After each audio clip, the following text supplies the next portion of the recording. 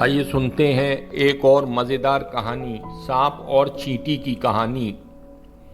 एक समय की बात है, एक जंगल में एक सांप रहता था। सांप जंगल के छोटे मोटे जानवरों जैसे चूहा, मेंढक, छिपकली, गिलहरी, पक्षियों के अंडों को खाकर बहुत बड़ा और मोटा हो गया था। सांप के विशाल आकार के कारण जंगल के बड़े बड़े जानवर भी उसके पास आने से डरते थे।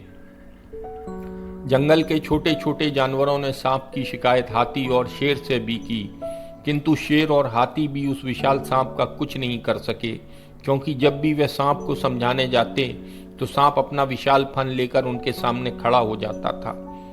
सांप कहीं उसे काट ना ले, इसी डर से जंगल का कोई जानवर उसके नजदीक नहीं जाना चाहता था। धीरे धीरे सांप को यह घमंड हो गया कि जंगल का कोई भी जीव उसका सामना नहीं कर सकता। सांप ने सोचा कि जब जंगल का राजा शेर ही मुझसे डरता है तो क्यों ना मैं भी एक राजा की तरह किसी विशाल घर में रहूं। यह सोचकर सांप एक विशाल बरगद के पेड़ के बिल में रहने लगा। सांप के आने के डर से बरगद में रहने वाले सभी जीव जंतु और पक्षी उस पेड़ को छोड़कर चले गए। बरगद के पेड़ के पास ही चींटियों की बांबी थी।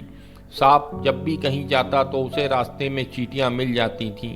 चींटियां हमेशा अपने काम में व्यस्त रहती थीं और सांप को नमस्कार नहीं करती थीं। चींटियों का यह व्यवहार सांप को पसंद नहीं आया। एक दिन वह चींटियों की रानी से बोला, तुम अपनी सेना को समझा देना कि जब भी मैं यहाँ से गुजरता हूँ तो मुझे सर झुकाकर नमस्कार करें, नहीं तो मैं सभी को मार दूंगा।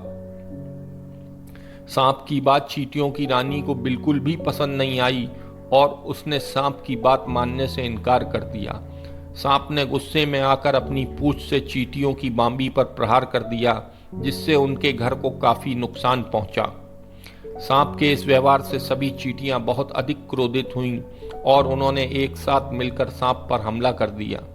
चींटियों के काटने से सांप की बहुत बुरी हालत हो गई। धीरे धीरे चींटियों की संख्या बढ़ती जा रही थी और सांप अपने आप को असहाय महसूस करने लगा। आखिरकार चींटियों के हमले से सांप की मौत हो गई और जंगल के जानवरों को उस खतरनाक सांप से मुक्ति मिल गई। इस कहानी से हमें शिक्षा मिलती है कि कभी भी किसी भी जीव को छोटा समझकर उस पर अत्याचार नहीं करना चाहिए। एकता में बहुत शक्ति होती है। दोस्तों, उम्मीद करता हूँ आज की कहानी आपको पसंद आई होगी।